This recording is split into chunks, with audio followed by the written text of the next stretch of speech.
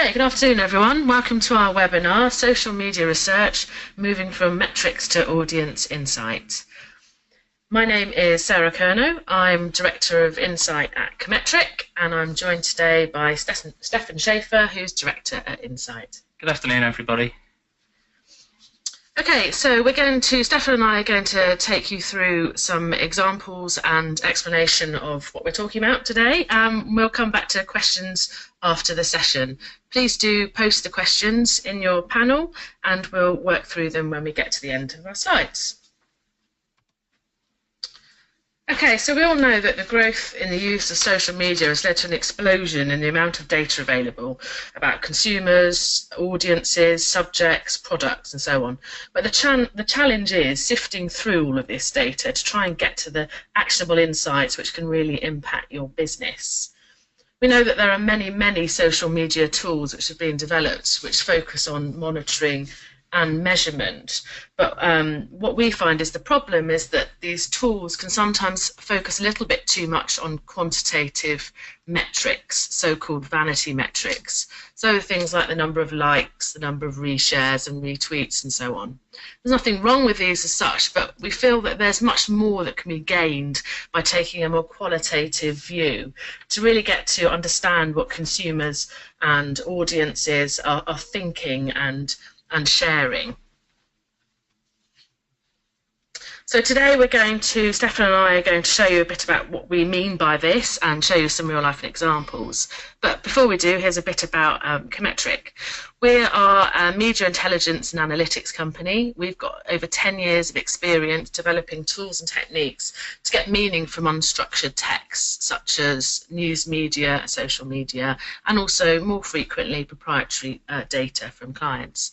We work in more than 30 languages and we're multi-award winning. The last award that we won, which we're very proud about, was the Gold Award from the AMIC Awards for Most Impactful Client Recommendations for Measurement Study. And to introduce Incite, we call ourselves a strategic research consultancy, and that means a couple of things to us. It means that we tend to be tackling some of the bigger questions that clients have, the more difficult questions maybe, and certainly the more foundational questions.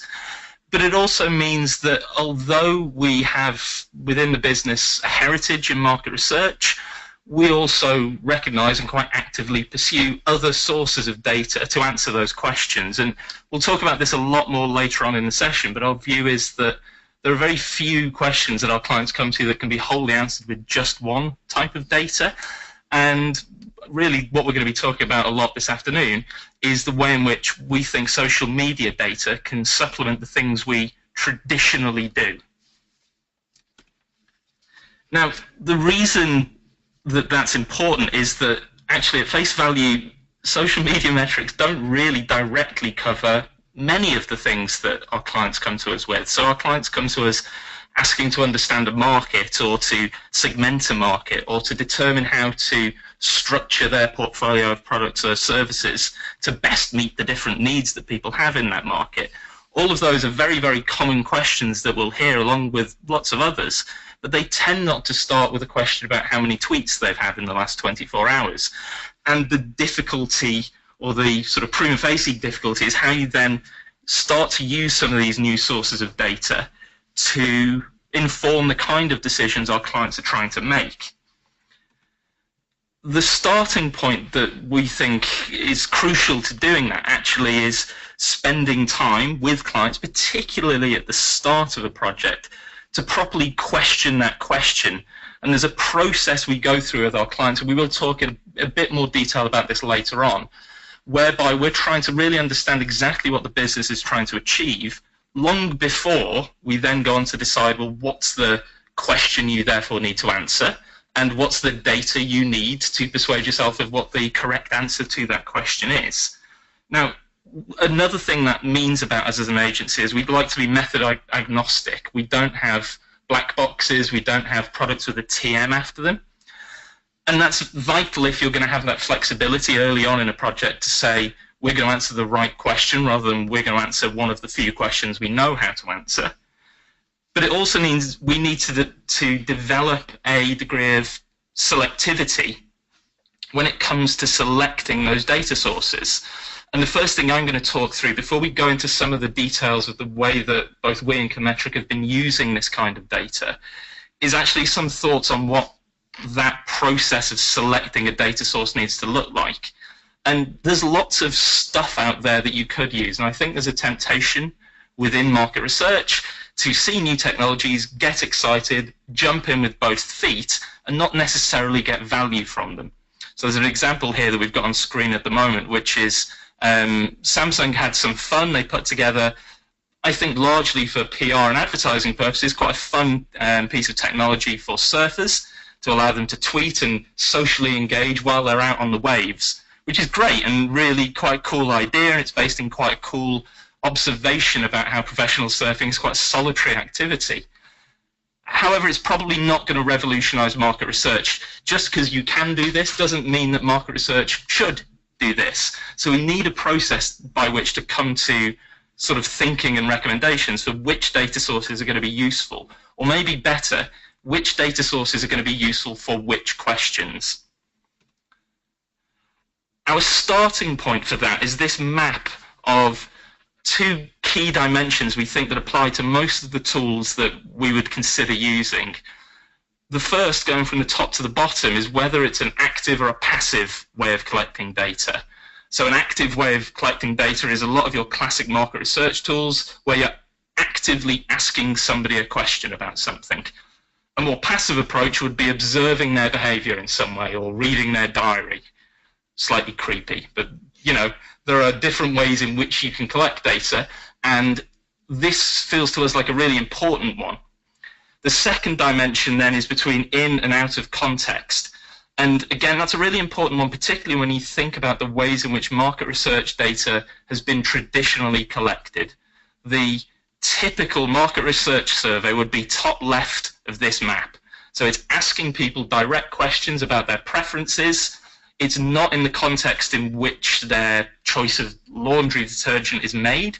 It's probably them sat on the sofa with a paper questionnaire or with their laptop or something which probably doesn't hugely resemble the decision-making situation that we're interested in.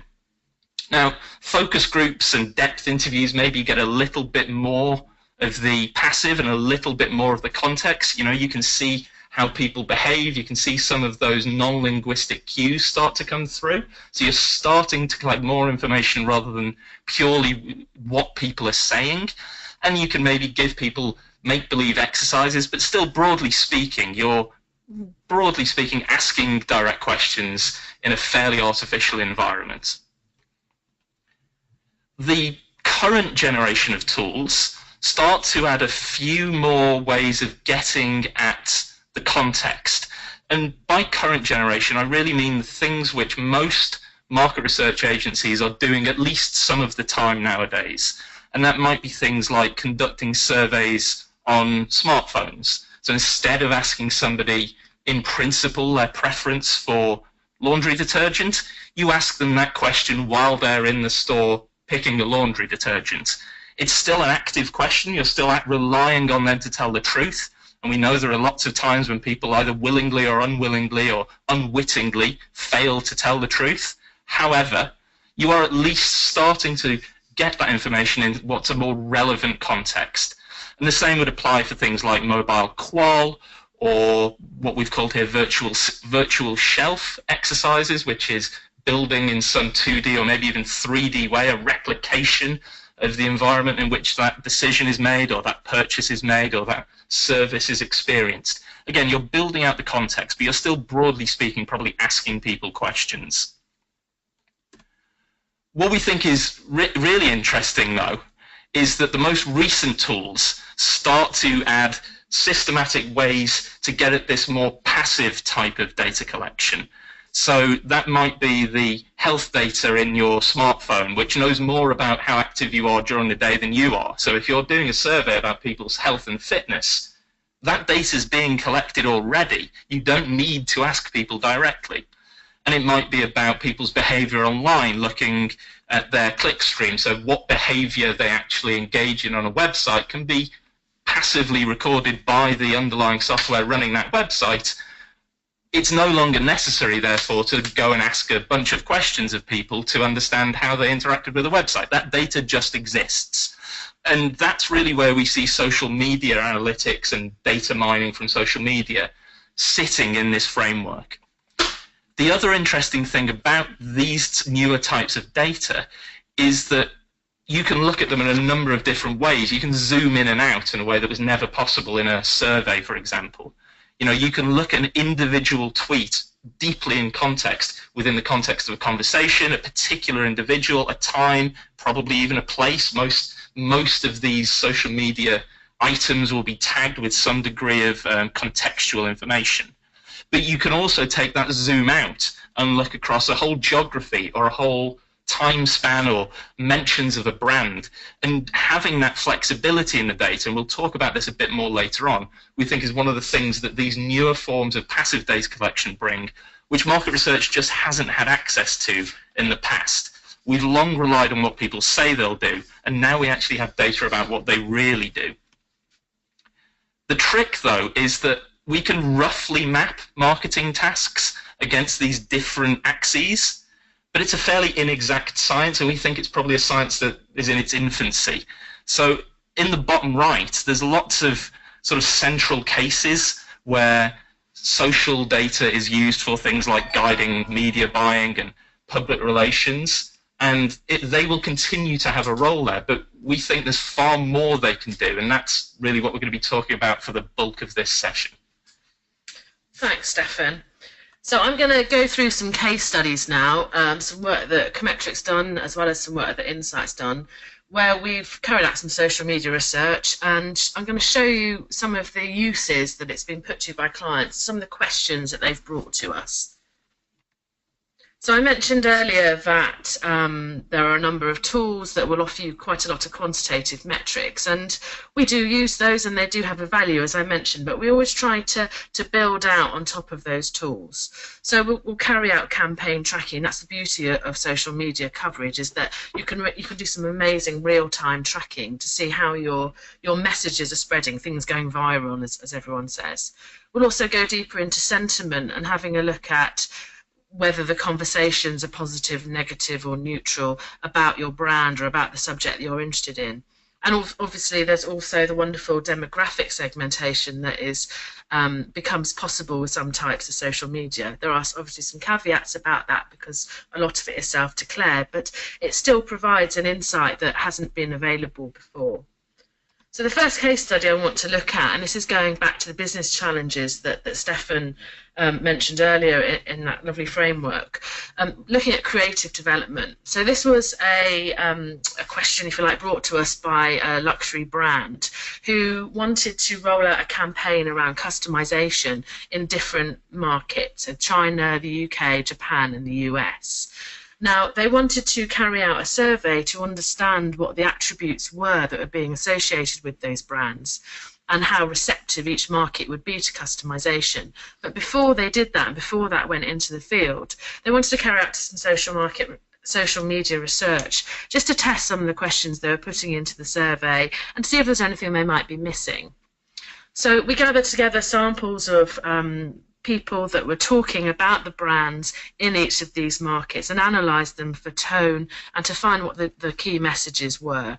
And there were some very interesting differences. So, for example, Japan was showing a clear preference for customization and a liking of it. Burberry was very interesting because the reception in America was very different from that in Britain. So in America, the brand was seen as being a real emblem of British class, if you like, whereas in Britain it was still suffering from a sort of historical reputation of being associated with football hooligans. And we also kept coming across a lot of different terminology which described some of the nuances in association with brands. So I think this is a key point about social media research, and where a reliance on quantitative measures really misses some of the tone and the nuance in conversation, and something you have to be very aware of. So, for example, in this example, we often came across this term basic, which was it was prompted by a viral video of Kate Moss, who described someone or something as basic, and it was really being picked up, particularly by youth and so on, as something meaning that it was of low value, it was low worth, a term that the luxury sector obviously wanted to avoid. And that's something that you have to be very careful about with any kind of automated analysis of social media, because it's very difficult to fine-tune those products so that they recognise sarcasm and slang, for example. Okay, the next example was about developing a communication strategy, and in particular identifying influencers and influential groups and how important original content was going to be around an event. So the situation was, it was the Ulster Grand Prix event, and they're very keen to expand their audience beyond their traditional biking racing fan group, and they wanted to see where their efforts should be placed and how much original content was important. Was it the fact that a lot of content on social media was actually being developed and created by end users, in which case they just needed to facilitate those people, or was it very important that they were producing and distributing a lot of original content? And the findings were quite clear that the media outlets tended to have the most reach and influence, and they were using a great deal of original content, either direct retweets or putting their own angle on the original content that was coming from the Ulster Grand Prix team. The fan base, on the other hand, while though very large, didn't have such a reach, and also they tended to be reusing content from either the media outlets or directly from the Ulster Grand Prix team. And therefore, it was not as necessary to target this group. It's better to spend the effort with the media outlets. The other interesting finding was the impact of celebrities. So there weren't very many celebrities involved, about 19. And some of them were not necessarily predictable. So AC/DC, for example, was a very keen participant in the conversation. But because they had quite a broad reach, and it was certainly beyond their usual fan base, this was an area that was very much something they could consider going forward. So to make more of those alliances, maybe attendances from celebrities, and so on. Okay, the next case study is quite an interesting one, because the previous two examples were primarily consumer focused, whereas this case study is much more about business to business, and it's about brand positioning. So this is looking at social media content, and this is where we might combine with news media as well, or trade press, or so-called traditional media, to find out how much a brand is being associated with a particular topic. In this case, the topic was entrepreneurship, which is obviously a large one. And the company wanted to find out, A, how much they owned that topic, who else was in this space, and whether there was any white space. And by that we mean, what were the subtopics within entrepreneurship which weren't already flooded with conversation? Where could they have a voice that might stand out and give them a different angle from their peers? The company in question sponsored a rather large event, and they wanted to understand if that was performing its role of associating them with entrepreneurship. So this map showed us who the main companies were, and you can see there's a dominance of companies like Apple and Google, largely the tech companies. And what it showed us was that they were kind of missing a trick in a way, because their company was full of experts in this area, but they needed to be at the forefront more. There's very much a culture of celebrity here, so talking about people like Steve Jobs, Richard Branson, names that were frequently referenced. And if this company could put forward their own subject matter experts, they might also benefit from that sort of discussion. Obviously, of course, also putting forward experts works really well on B2B social media, such as LinkedIn and Twitter and so on.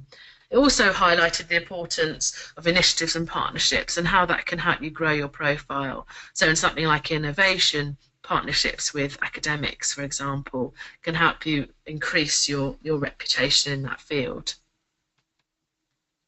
Okay, and the final example is back to more of a consumer focus, but looking at an issue and whether or not it was actually an issue. So it's for a sports drink brand, and they wanted to find out the impact that their Olympics coverage was having on the brand, but also whether some recent negative press about the ingredients in sports drinks and their possible impact on teeth enamel was being picked up by the consumer. So was this an issue or wasn't it? So we had a look, quite a detailed look into content in 3 different streams. We looked at blog content, forums, and Twitter, and it was very interesting because the story about sports drinks being bad for your teeth was not very, it wasn't a big problem at all. It's a very, very small amount of mentions of this story. It hadn't had much contagion, so to say.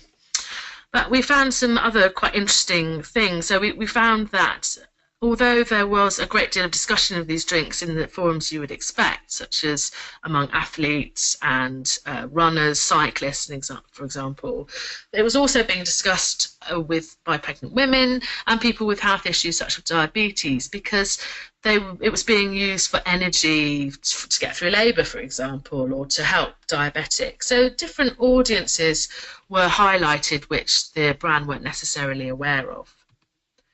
What they also found was that it was very useful for spotting a threat or possibly an opportunity. So we found that conversations around sports drinks and energy drinks, which are talking about their benefits and their any negatives about them, were often mentioning coconut water. So people would say, hey, okay, that's a great drink, but have you tried coconut water because it also has these benefits? So that was another opportunity that the company could maybe investigate. As an aside to that, there are also a lot of consumers talking about sharing product discount codes. So that was something that was really working for them. They could show the impact of that. Okay, and I'll just hand you back to Stefan, who's going to show how some of this research fits into the broader market research approach. Yes, absolutely. And I think, in a way, it comes back to one of the slides I showed earlier on, showing the process we would typically go through to scope out any project. But I think it's especially important when trying to integrate different data sources, multiple data sources, maybe data sources that aren't as familiar to the client or indeed the organization who's managing the project as a whole. And there are 3 big principles that we think are relevant throughout that sort of the early phase of setup and design in a project, and which we sort of look to apply as we go through. First of all, I mentioned earlier on that we put a lot of focus and time into the early stages of projects and really sort of bottoming out exactly what the business needs to achieve. And I think, broadly speaking, our view is that our industry will often make one of 2 mistakes at this stage. Either take clients' question at face value and not really give it the detailed interrogation that it needs, or willfully misinterpret it so that it fits with whatever tool they happen to have to hand. And I think the due diligence that goes on there is the difference between a successful project and an unsuccessful project in our view. And in particular, actually, that may not mean that you are just getting more detail about the question. It may mean reframing the challenge entirely. So one example where we've seen that is working with a train company recently whose brief to us was that they wanted to increase passenger journeys, and they wanted to do that by optimizing the in-train experience. However, during this sort of early phase, it became very apparent that the gains they were hoping for, the scale of the gains they were hoping for, could never come from optimizing the existing experience of those who were already using the train, because, simply put, there weren't enough of them and they weren't traveling enough such that however much they enjoyed the train, they were going to sort of lead to the transformational change in rider numbers that the company was looking for. So really early on, it became clear that actually the project should be about identifying barriers around planning, price perceptions, and all the things that keep people off the train who never use the train. So in general, we think it's super important to do this, regardless of what data you're then going on to use.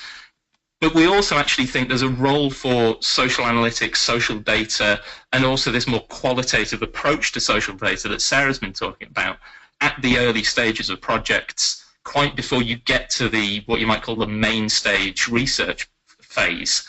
An example of that recently, a pharma company we've been working for, looking to understand their competitive landscape, and crucially needing to do that before they could actually frame what the market strategy and therefore the learning plan for the year was going to be. So actually our initial work with them wasn't so much answering business questions, but defining those business questions. And the challenge was how do you help them bootstrap themselves into a position where they know what they need to know? And that was, we found, a really powerful point at which to bring in social media data and look at the detail to start to hypothesize a series of strategic options that the brand could follow and form plans for the brand and learning plans for the brand grounded in that initial analysis, rather than sort of blue sky thinking and a blank sheet of paper, hope for the best. The next stage, and this really is where our work with Cometric comes in actually, is we work with specialists. You know, we, as I mentioned earlier on, we are mostly market researchers by trade. So when it comes to designing the specifics of the research plan, of the learning plan that we are going to implement to answer that question we've carefully framed, it may very well be that some of that involves a questionnaire, or it may involve some mobile qualitative research or some ethnography, but it may very well be that there are bits of that question that are best answered in a different way. And actually that's where our work with Cometric actually first began. We were looking at a brief around understanding casual dining, and that's, for those who aren't familiar with the jargon of mid-priced restaurants, that means, broadly speaking, the restaurants spanning from Pizza Hut to Zizzy, so sort of high street and mass market chain restaurants. It's a very large and diverse market, and we knew that our part of our solution was going to be a large-scale survey, and that was going to give us our framework to understand what was important and how those different things balanced off against each other. But we also knew that there was a very big chance that that was going to miss things. And in particular, the concern was that services like restaurants are utterly dependent on the specifics of your experience. It's not how good the food looks on the menu, it's how good it tastes on the plate that will be predictive of the long-term success of that business. So we needed to get at that immediate, in-context response in a way that was going to be difficult in the main online large-scale survey. And that is exactly why we worked with Cometric. So we were almost coming at it from two sides. Our large-scale online survey did the mapping of the market, but then the Cometric analysis, particularly the more qualitative end of that analysis, helped us understand the real detailed drivers of service experience and what matters and who's good at what. And there's a fairly sort of techie methodological point here as well for researchers, which is we found that in the research data, if people liked a brand, they generally told us that their recent experiences in that restaurant had been okay. They kind of gave them the benefit of the doubt because they love Nando's or they love Pizza Hut or wherever it might be. Whereas on social media, I think one thing we can say with certainty about social media is that people are not unwilling to complain about bad experiences on social media. So what we did see was all of that richness of places where the service, for example, had fallen down or the quality of the food hadn't been up to scratch for different brands.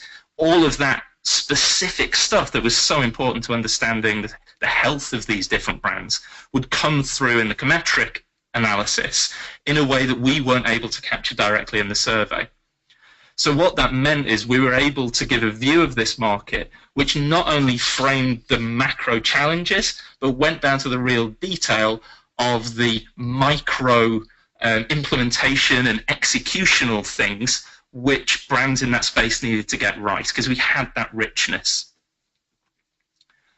And then the third sort of golden rule we apply is when it comes to that analytics and an analysis phase is being very open to using and synthesizing and combining multiple data sources, similar actually to that previous example. And an example of that was some work we did a few years ago for a smartphone manufacturer.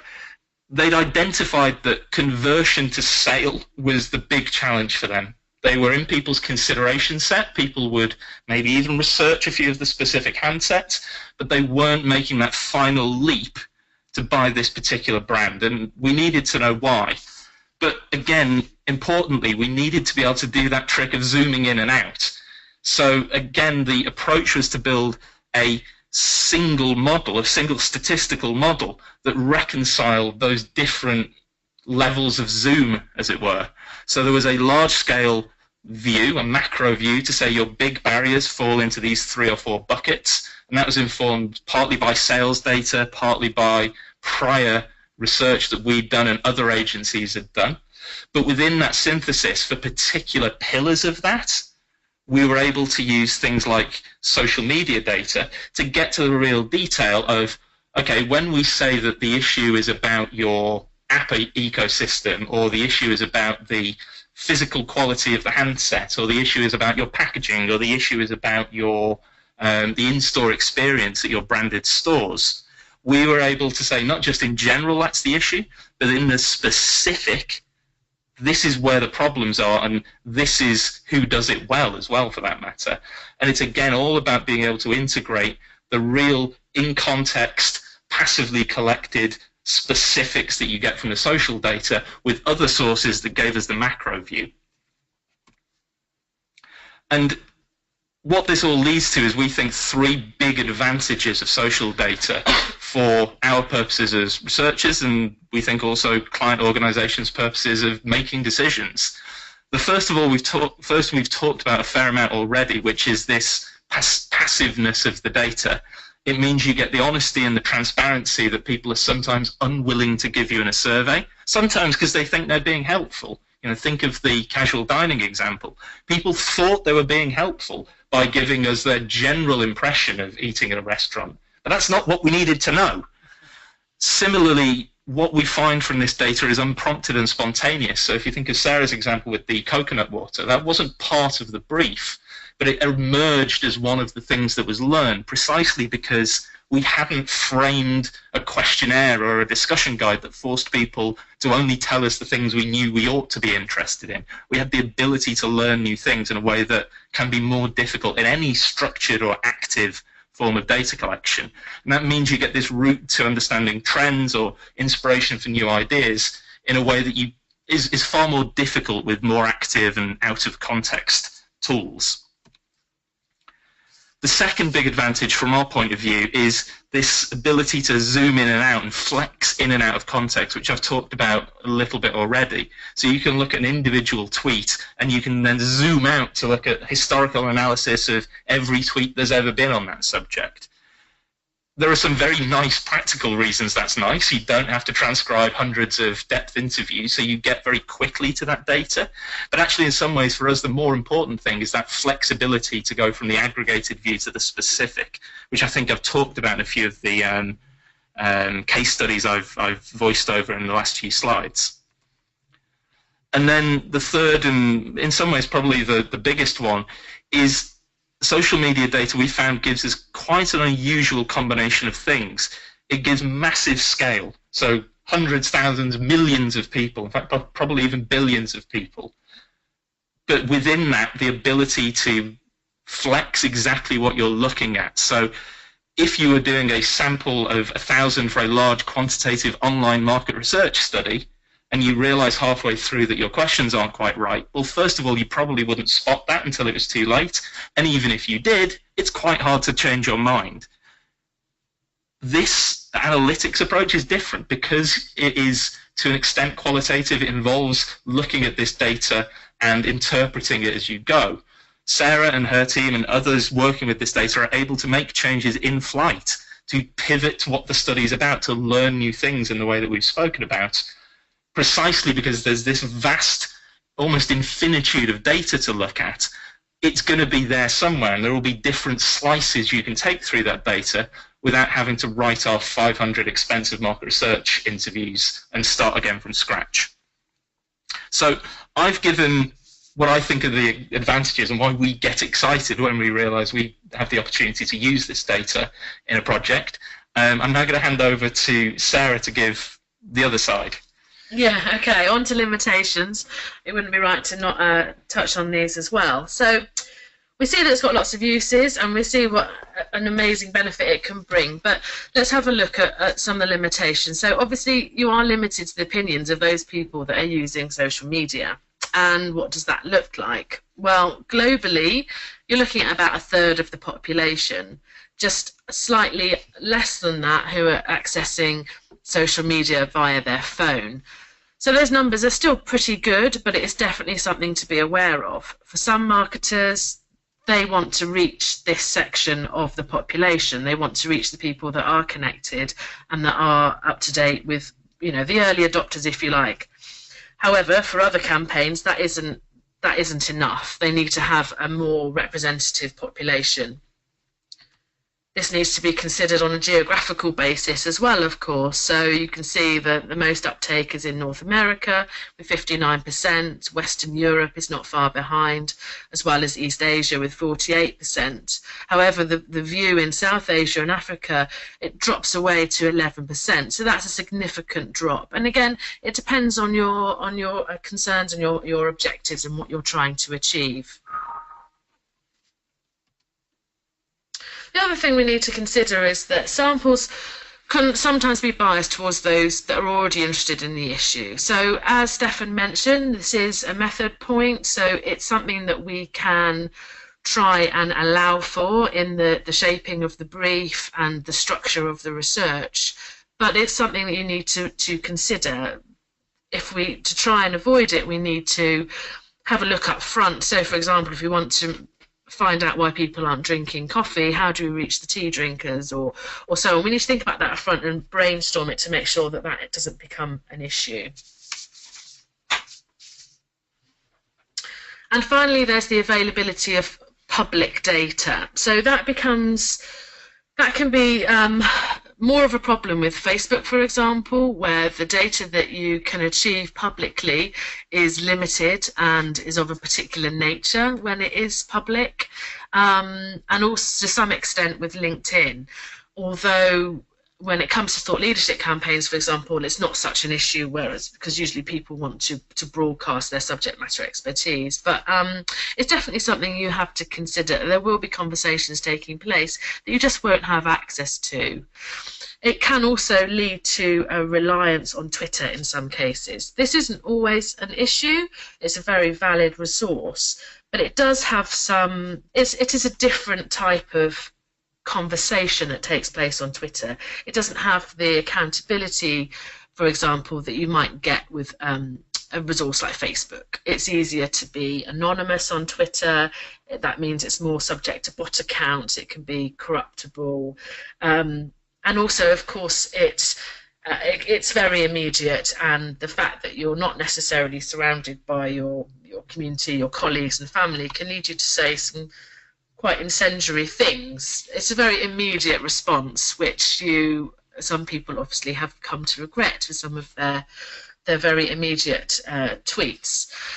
This also relates to another issue where there is a lack of paralinguistic phenomena. So by that we mean that if you are running a focus group, for example, you can watch and monitor people's expressions and the tone of their voice. Some of that comes across in social media in text, essentially. It's something that Facebook are obviously trying to work with their introduction of emotions, as well as the like button, but you will always miss some of that face-to-face detail, if you like. Okay, so in conclusion, I think there are three big things that certainly we think about, we'd encourage you to think about when using this as a data source. And the first, and this applies to all projects, but actually probably especially for this, where you do have that, as I said, almost infinite number of things you could do, really carefully framing the question you're trying to answer and linking it back to the objective you're hoping to achieve is as critical as ever, if not slightly more so. The second is related to these final few slides, which is there are some very obvious advantages for social media analytics, but there are some limitations. And I think the mistake would be to think because it has limitations it shouldn't be used at all. I think as an industry we become blind to the existing limitations of our existing data collection tools. And I think it's more about taking a sensible approach to when it is and when it is not a relevant way to answer the question you need to answer. And then the third one, which comes back to something I mentioned right at the start actually, is almost always the questions can be answered better with multiple data sources, and that applies to times when using social media analytics as it does to anything else, and you're more likely to arrive at a fuller and more accurate picture to inform the decisions you need to make if you don't just look at social research in a social media research in an isolated way. But as I say, the same is true of any data source, so this doesn't uniquely apply to social media data. And in terms of slides, I think that's it. I believe there may have been some questions which have been submitted, and our helper Rossi will have fed those through to us. We'll just have a check now, and for those of you who've answered the question, we're happy to stay on and answer them. Okay, if anyone has any questions and you'd like to forward them through, and Stefan and I will do our best to answer them. As we're waiting for some of those to come through, we'll just let you know that this, a recorded version of this webinar, as well as the deck, will be emailed to all attendees and also those people that couldn't make it today but have signed up.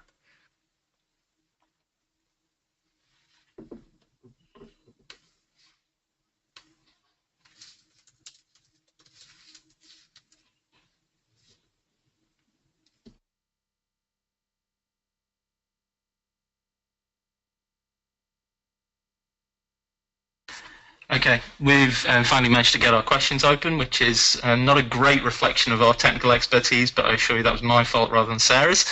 Just one question here, which is around the sort of cost and benefits. So the question is, compared, we've talked a lot about the qualities and the sort of limitations here, but can we, in all honesty, say that this is a more cost-effective way to do research?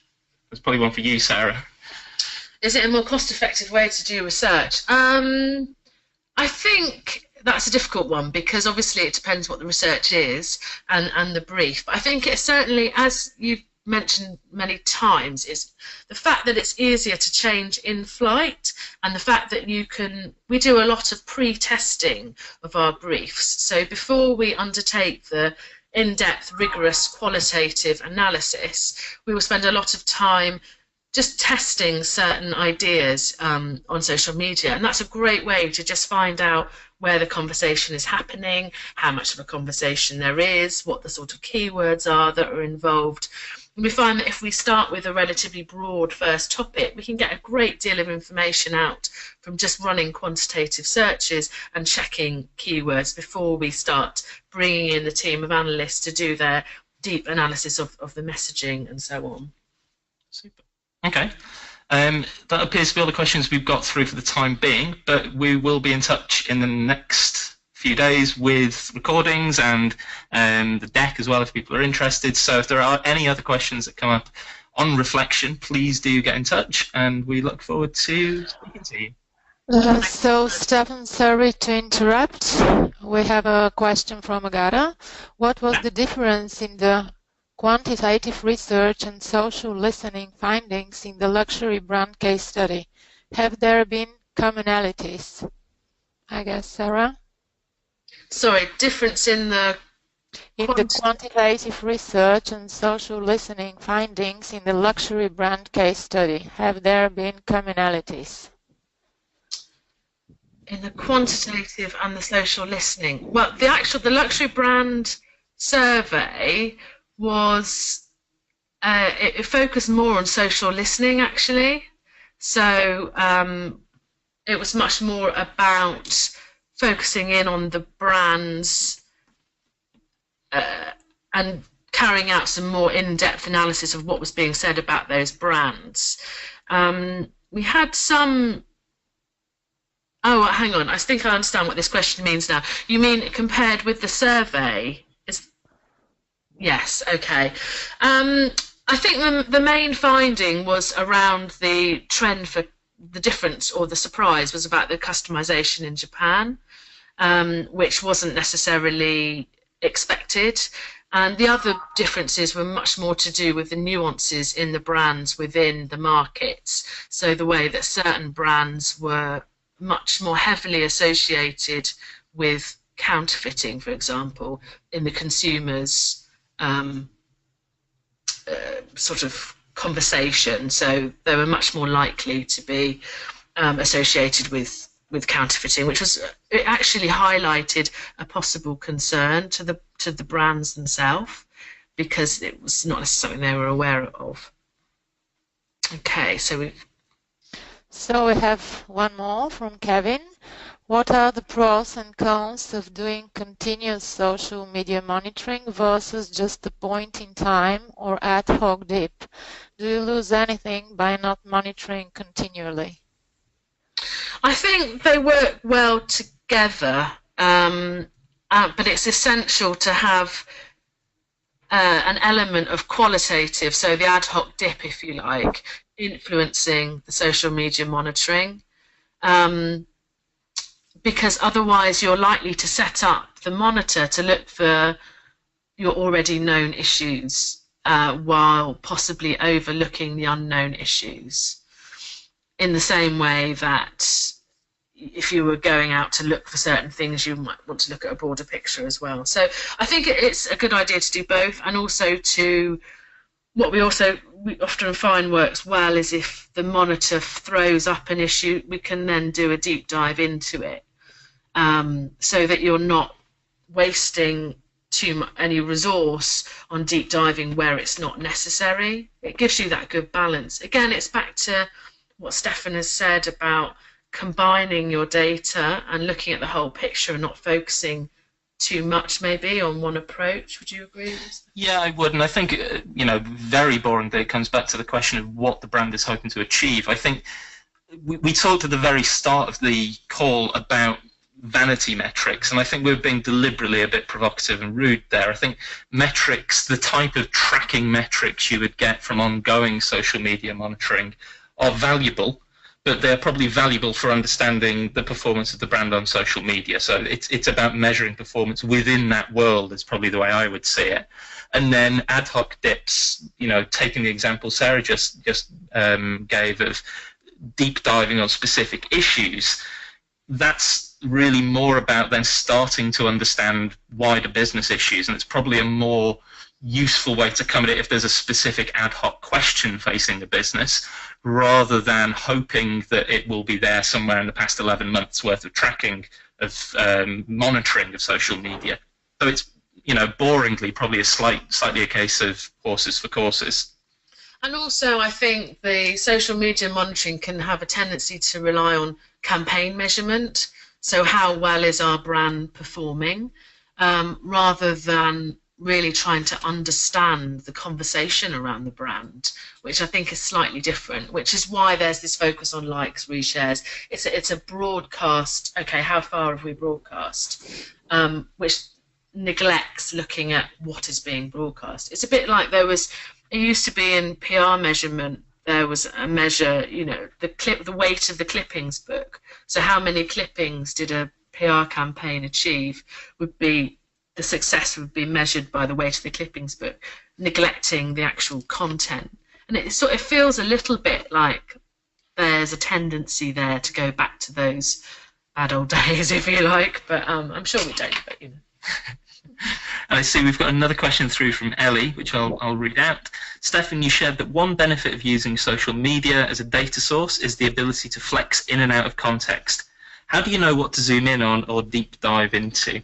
That's a really interesting point, and I think it comes back to, if I think about the example I gave with the mobile phone manufacturer, the approach there was to actually start in the zoomed out mode, as it were, and use a more quantitative approach, and in that case that was a combination of both social data and survey data, to size broadly speaking, territories of interest, or in that case, concern. You know, in that case, it was about what are the 3 or 4 big pillars which describe the main barriers to people buying this particular brand of handset.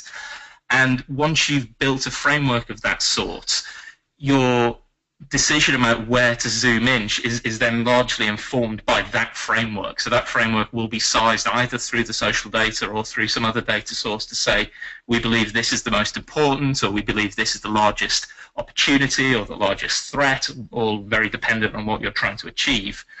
And then you can start to say, well, given we have prioritized bucket number 3 as the most important barrier in play here, now we can start to go more granular and look in more detail at what's really sort of happening at the individual level to create the interest in this particular part of the overall framework. It's a slightly abstract answer, but hopefully comprehensible.